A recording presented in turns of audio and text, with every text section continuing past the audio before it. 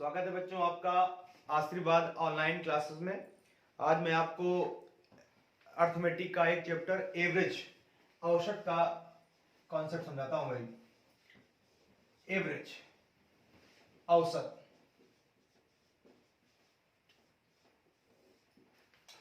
देखो भाई, चूंकि काफी दिन से वीडियोस नहीं आ रहे थे हमारे, अब लगातार आएंगे अर्थमेटिक के सारे वीडियो, एडवांस के सारे वीडियोस और भी बहुत सारे मैथ्स में जितने भी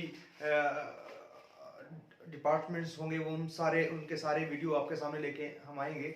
मतलब इवन मैं एसएससी के लिए तो वीडियोस डालूंगा और भी बहुत सारे एग्जामिनेशन के लिए मैं आपके लिए वीडियो लेके आने वाला हूँ। ठीक है, तो एवरेज जो टॉपिक है इसका एक दूसरा नाम भी है जिसको जरा जान लेते हैं। एवरेज का दूसरा नेम है मीन। इसको हम लोग हिंदी में माध्य भी बोलते हैं। ठीक है, इसका फॉर्मूला हम सबको पता होगा। एवरेज का क्या फॉर्मूला होता है? एवरेज इक्वल टू होता है sum of terms upon number of terms. अगर हिंदी में बोले तो औसत बराबर फॉर्मूला होता है संख्याओं का योग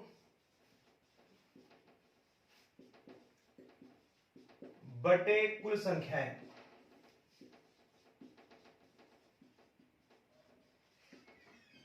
अब देखते हैं, अगर मान लो इस फॉर्मूले का अगर हम यूज करते हैं और मान लो सवाल दिया गया है, एक क्वेश्चन में लिख लेता हूं 76 48 84 66 7064। ये कुछ नंबर हमने ऐसे ही एज्यूम कर लिए और इनका मुझे एवरेज फाइंड करना है। तो हम लोग क्या करेंगे भाई, अगर इस फॉर्मूले का यूज करना चाहें तो क्या करेंगे एवरेज निकालने के लिए?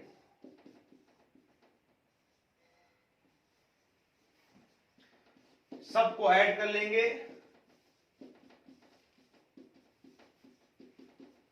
और उसके बाद कितने नंबर है भाई, संख्याओं का योग बटे कुल संख्या है, sum of term upon number of term. तो सम मैंने कर लिया, ऐड कर लिया, और कितने नंबर ऑफ टर्म्स है 1 2 3 4 5 6 टर्म्स है, 6 का डिवाइड कर लिया।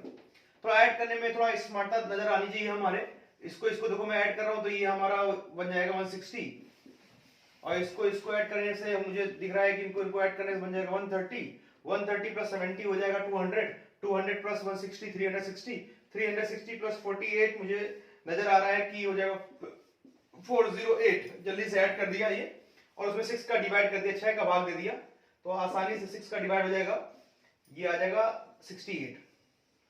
That is answer of the question.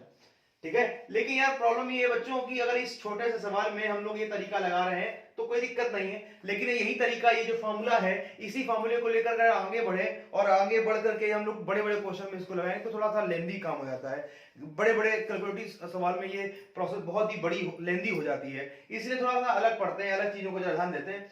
कह रहे हैं कि जैसे ही कभी भी तुमको दी गई संख्याओं का एवरेज निकालना है तो करना क्या है, ये जो संख्याएं लिखी है इनके नियर अबाउट आपको कुछ भी एवरेज मान लेना है। ध्यान रहे कि जो आप नंबर माने, जो भी एवरेज माने, वो इन दी गई संख्याओं के आसपास हो, नियर अबाउट हो। ठीक है, जितना आप इनके आसपास रहेंगे कैलकुलेशन उतना ही आसान होगा। और बेटा हम लोग बच्चों कैलकुलेशन आसान करने के लिए यही चीजें पढ़ रहे हैं, तो हम लोग को करना क्या है कि इसके आसपास नंबर मानना है ना। वो नंबर जो माने वो इसमें से ही एक हो, वो भी चलेगा, या इनके आसपास हो। तो हमने देखा कि इनके आसपास एक नंबर मुझे नजर आ रहा है 70 अब बस ये कोई ये ना सोच ले कि इन्हीं में से कोई एक मानना, ऐसा नहीं है, कुछ भी मानो। ठीक है, सबसे आंसर आएगा, क्या कि हमने एवरेज मान लिया, कि एज्यूम कर लिया कि ये मेरा एज्यूम एवरेज है। और करना क्या है कि जो भी आप एवरेज माने उसको सभी संख्या से सब्ट्रैक्ट करना है, घटाना है, वो भी बाद में रख के घटाना है। तो जैसे 76 माइनस 70 करेंगे, मतलब इसको बाद में रख के माइनस करेंगे, तो 76 माइनस 70 करेंगे। अगर हम 76 से 70 घटाएंगे तो बेटा मुझे लगता है घटाना आता होगा, सब्ट्रैक्ट करना आता होगा, प्लस का 6 मिलेगा। पहले टर्म से इसको माइनस कर दिया तो प्लस का 6 आया, इससे इसको अगर हम माइनस करें बेटा तो मुझे मिलेगा माइनस का 22। चेक कर लीजिए, इससे चूंकि 48 माइनस 70 करेंगे तो छोटे में से बड़ा घटाएंगे तो बेटा माइनस का 22 आएगा।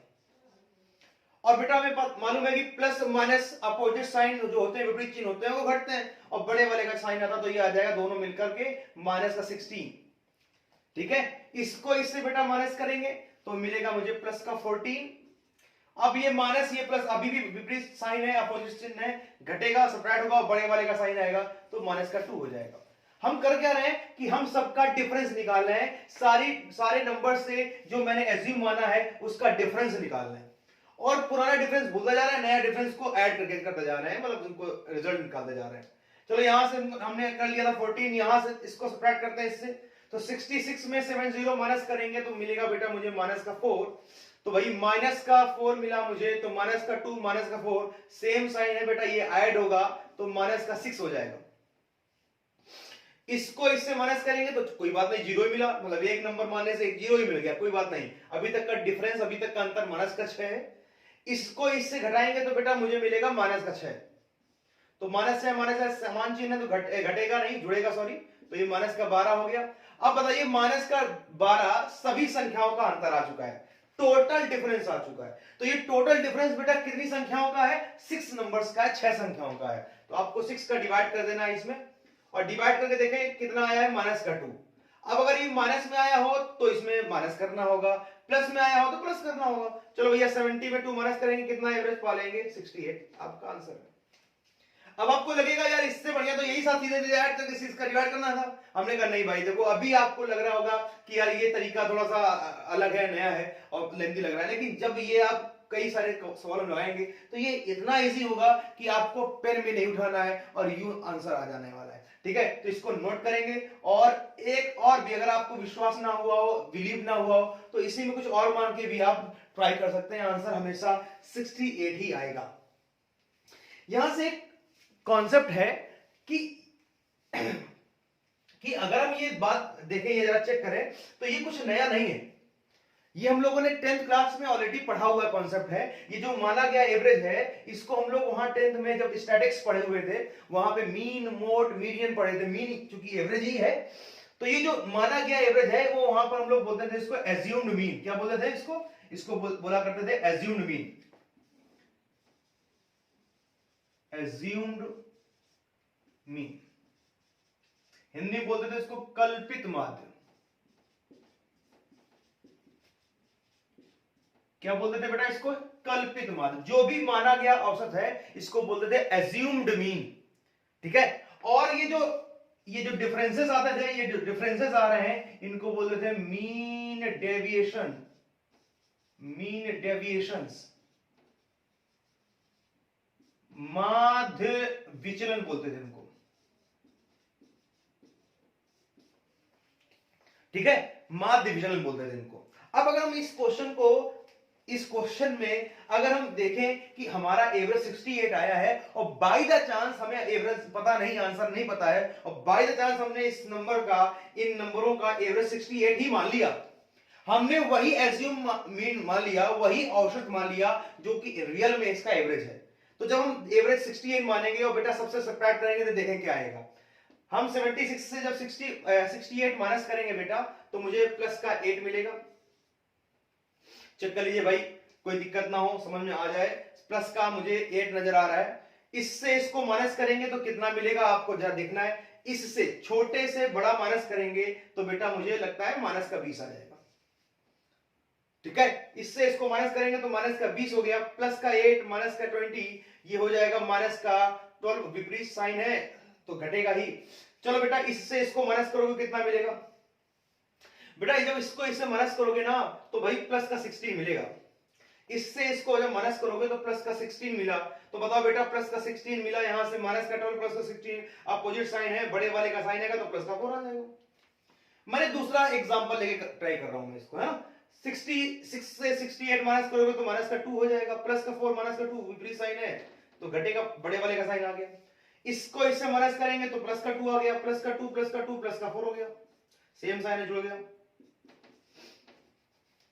इससे इसको माइनस किया तो बताओ बेटा इसको इससे माइनस करेंगे तो माइनस का 4 आया, और प्लस का 4 माइनस का 4 कितना आ गया, 0 आ गया। यहां से हम लोगों ने एक बात रियलाइज करी कि अगर हम उतना ही एवरेज मान लें, उतना ही नंबर मान लें जितना इसका एवरेज है, तो जो टोटल डिफरेंस आ रहा है वो 0 आ रहा है। इसका मतलब अगर हम उतना ही एज्यूम्ड मीन मान लें तो जो मीन डेविएशंस का सम है वो 0 आएगा। भाई ये चूंकि मीन डेविएशंस है और मीन डेविएशन का जो ये सम है, रिजल्टेंट है वो कितना आ गया, 0। तो यहां से एक बहुत ही अच्छा रिजल्ट मिल रहा है, उसको हम यहां लिखना चाहेंगे नोट की तरह, उसको मैं यहां नोट की तरह लिख दे रहा हूं। The sum of mean deviation of given n terms is always 0। Hindi में लिखें तो दी गई n संख्याओं के माध्य विचलनों का योग सदैव शून्य होता है। ये आया हुआ सवाल है किसी एग्जाम में कि n टर्म्स दिए हुए हैं और उनके मीन डेविएशन का सम क्या होगा, तो हमेशा हमेशा उसका सम 0 होगा, शून्य होगा। ठीक है, इस बात को दिमाग में रखिएगा, इस कॉन्सेप्ट को पढ़ लीजिएगा। ठीक है, इसको नोट करेंगे बच्चों, आगे बढ़ेंगे अगले क्वेश्चन की तरफ।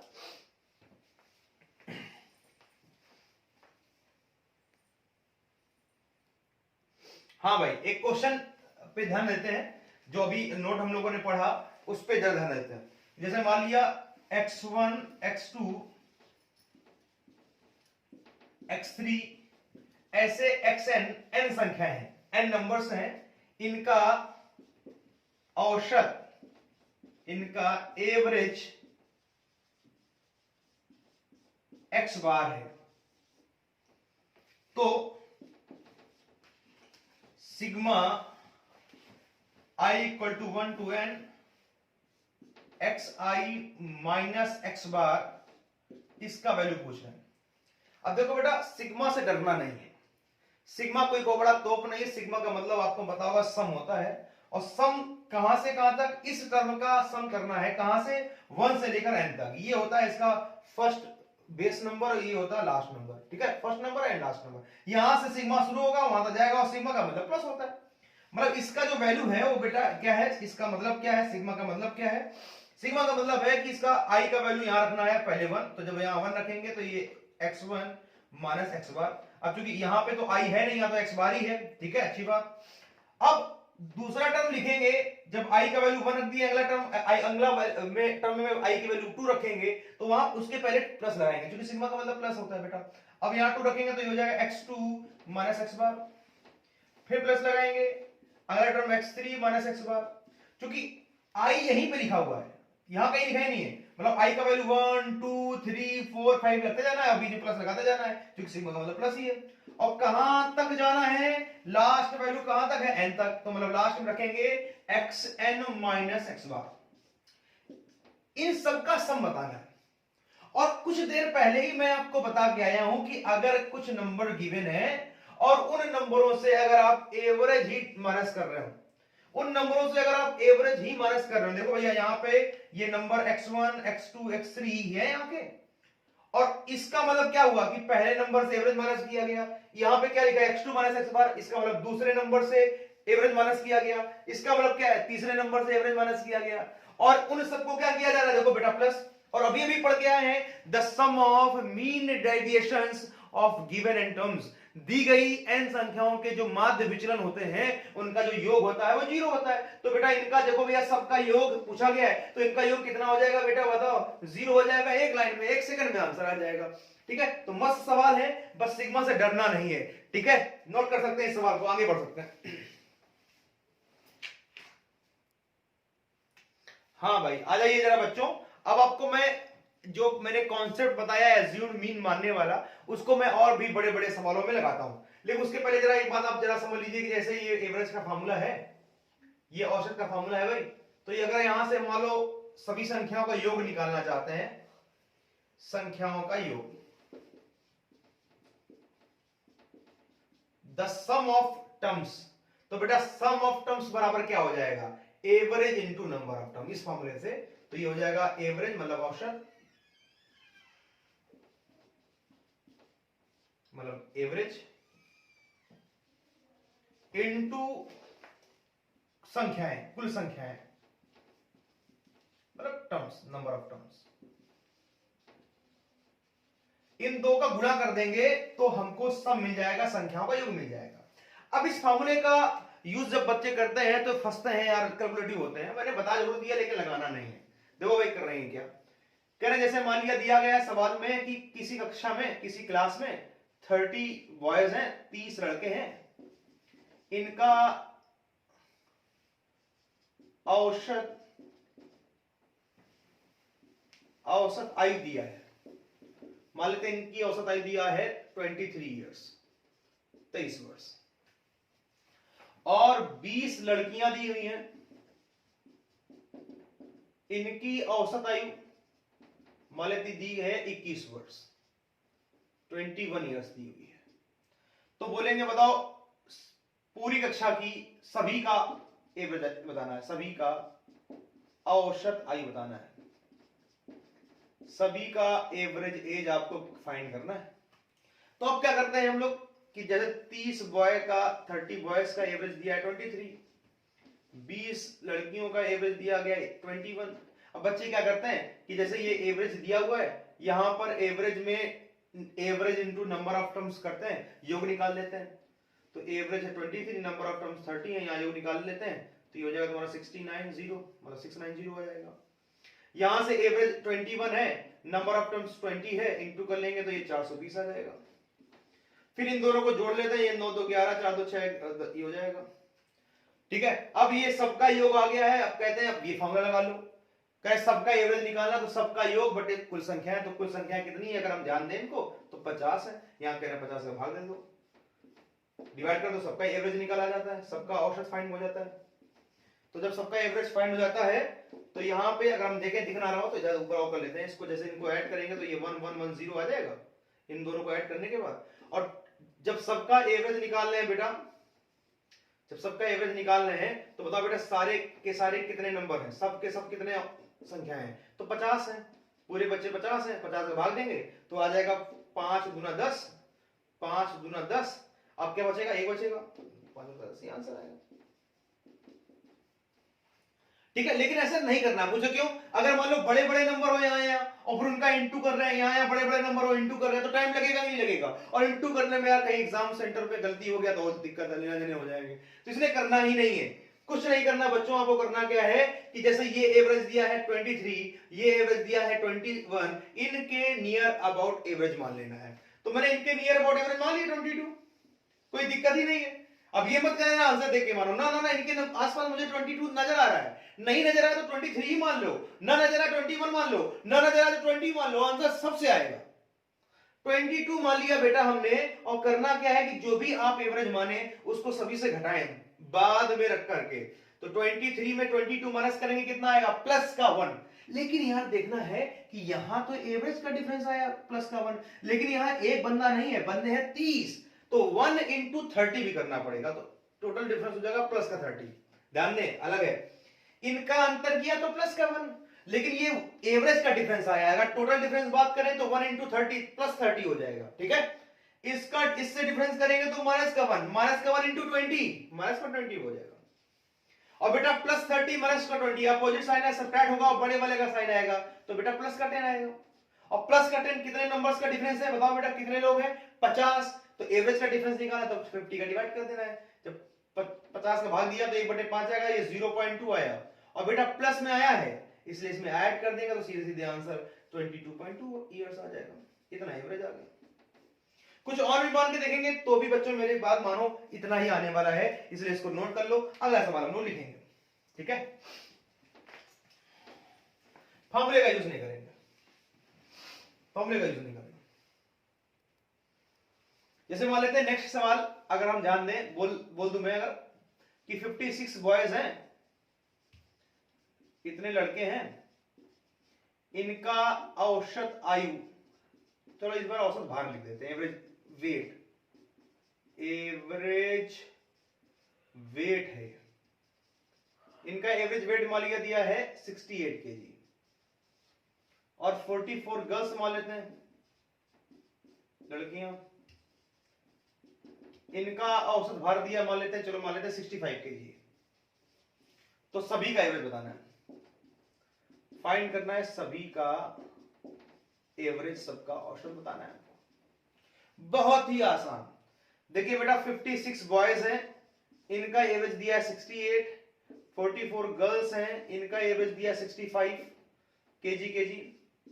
अब अगर हम इस फॉर्मूले का यूज करते हैं तो average into number of terms, into करने में बेटा दिमाग खराब होता, इनटू इसका करते टोटल सम निकालते हैं, बेकार, कुछ करना ही नहीं है। इन दोनों के आसपास कुछ भी एवरेज मान लीजिए, हमने मान लिया 66, बहुत ही आसान, कुछ ही मानो, वैसे मैंने तो बोल दिया 66 मान लो, इसको इससे माइनस करोगे तो बेटा प्लस का 2 आएगा, और प्लस का 2 इंटू 56 हो जाएगा प्लस का 112। अगर 2 का इंटू इसमें करेंगे तो प्लस का 112 आएगा, 112 आएगा, सॉरी। देखो बेटा इसको इससे स्टार्ट किया तो प्लस का 2 इंटू 2 करेंगे तो प्लस का 112 आया, इसको इससे माइनस करेंगे तो माइनस का 1 आया, और माइनस का 1 इंटू 44 माइनस 44 आ जाएगा। अब प्लस ये माइनस का ये चीजें सब्ट्रैक्ट होंगी, घटेंगी, और बड़े वाले का साइन लेके आएंगी। बताओ बेटा कितना आया, 8 4 12, ये घट जाएगा तो ये 6 हो जाएगा। चेक कर लीजिए जल्दी से, सही सब्ट्रैक्ट किया गया कि नहीं किया गया, तो बहुत ही आसान, 68 बिल्कुल सही प्लस में आया है। और ये प्लस का 68 डिफरेंस कितने नंबरों का आया, अगर हम ध्यान दें तो ये टोटल कितने लोग हैं, बताओ बेटा, अगर हम इनको ऐड करें तो 100 लोग हैं, तो 100 का डिवाइड करेंगे अगर, तो 100 का डिवाइड करने में पॉइंट लग जाएगा, तो जो डिफरेंस आएगा वो बेटा आएगा 0.68, वो भी प्लस में आया तो जोड़ दिया गया, तो आंसर आया 66.68 केजी। इजी वे में हमारा आंसर हमारे पास हो गया है। नोट कर लीजिए भाई, बहुत ही आसान तरीका, वेरी इजी कॉन्सेप्ट।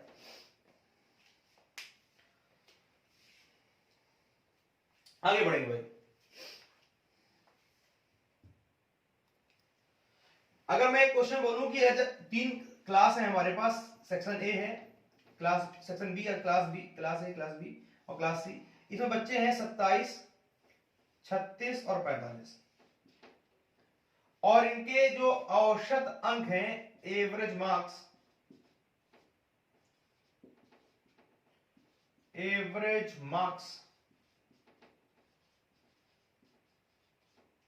वो क्रमशः है 83, 76 और 85,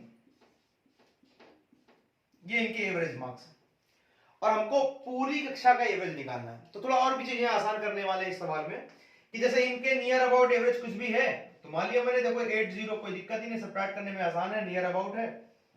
अब करना क्या, जैसे एवरेज तुमने माना, सब्ट्रैक्ट कर रहे हैं आप, तो जैसे इसका डिफरेंस करेंगे, प्लस का 3 आएगा, इंटू 27 करेंगे, कोई दिक्कत नहीं मुझे।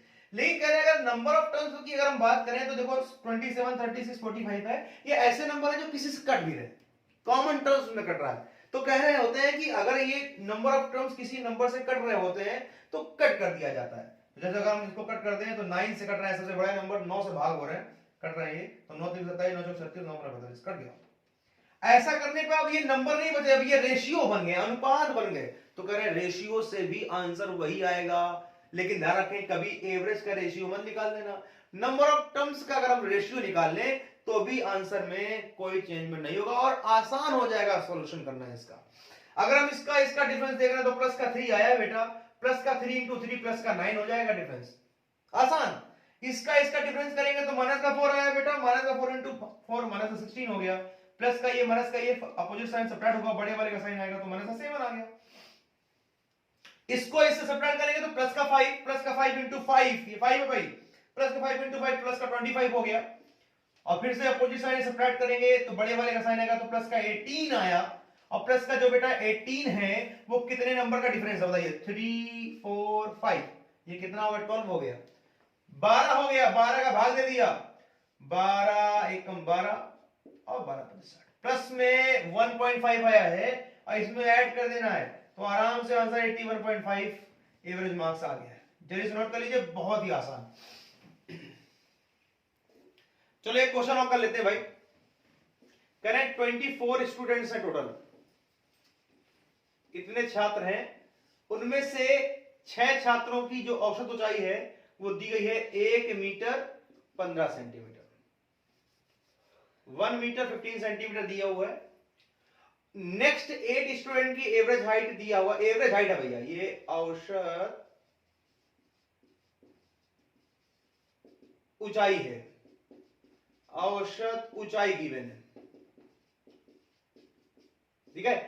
पहले 6 छात्रों की औसत ऊंचाई 1 मीटर 15 सेंटीमीटर है, नेक्स्ट 8 स्टूडेंट की एवरेज हाइट 1 मीटर 5 सेंटीमीटर है, और रिमेनिंग स्टूडेंट की एवरेज हाइट 1 मीटर 11 सेंटीमीटर। अब अगर हम ध्यान दें तो ये 8 + 6 14 हो गया, 14 इसमें माइनस करेंगे तो जो लास्ट स्टूडेंट बचेंगे वो 10 बचेंगे। हमको बताना है सबका एवरेज, एवरेज ऑफ ऑल, सभी का हमें औसत ज्ञात करना है। तो भाई बहुत ही सिंपल है, इतना चीजें हम पढ़ चुके हैं, इतना हम लोग क्वेश्चन कर चुके हैं, तो 3-4 आराम से लग जाएगा। इन तीनों के आसपास हमको एवरेज मान लेना है। मैंने मान लिया एवरेज 1 मीटर 10 सेंटीमीटर, या चलो मान लेते हैं 1 मीटर 5 सेंटीमीटर मान लेते, चलो इसमें से एक कोई मान ही ले, इनमें से ही अगर एक कोई मान ले तो और भी आसान चीजें हो जाती है। मैं कैसे देखो बता रहा हूं, जैसे जब मैं इसको घटाऊंगा तो मीटर 1 मीटर घट गया, 15 से बेटा 5 मीटर घटे, 15 सेंटीमीटर से 5 सेंटीमीटर घटेगा तो प्लस का 10 बचेगा, प्लस का 10 इंटू 6 प्लस का 60 सेंटीमीटर हो गया। जब मैं इसको इससे घटाऊंगा ना तो मीटर भी घट जाएगा, सेंटीमीटर भी घट जाएगा, मतलब डिफरेंस जीरो आ गया। मतलब दिए गए नंबर्स में ही कोई एक नंबर एवरेज मान ले तो एक डिफरेंस जीरो आ जाता है, कोई दिक्कत ही नहीं। इससे इसको घटाएंगे तो 1 मीटर भी घट गया, 11 से 5 सेंटीमीटर घटा तो प्लस का 6, और प्लस का 6 इंटू 10 प्लस का 60 सेंटीमीटर हो गया, प्लस 60 प्लस 60 प्लस का 120 सेंटीमीटर हो गया बेटा।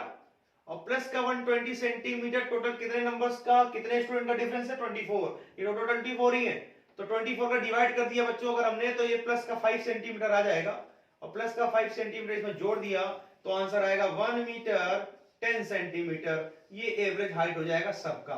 नोट कर सकते हैं, आगे बढ़ सकते हैं बच्चों अच्छे से।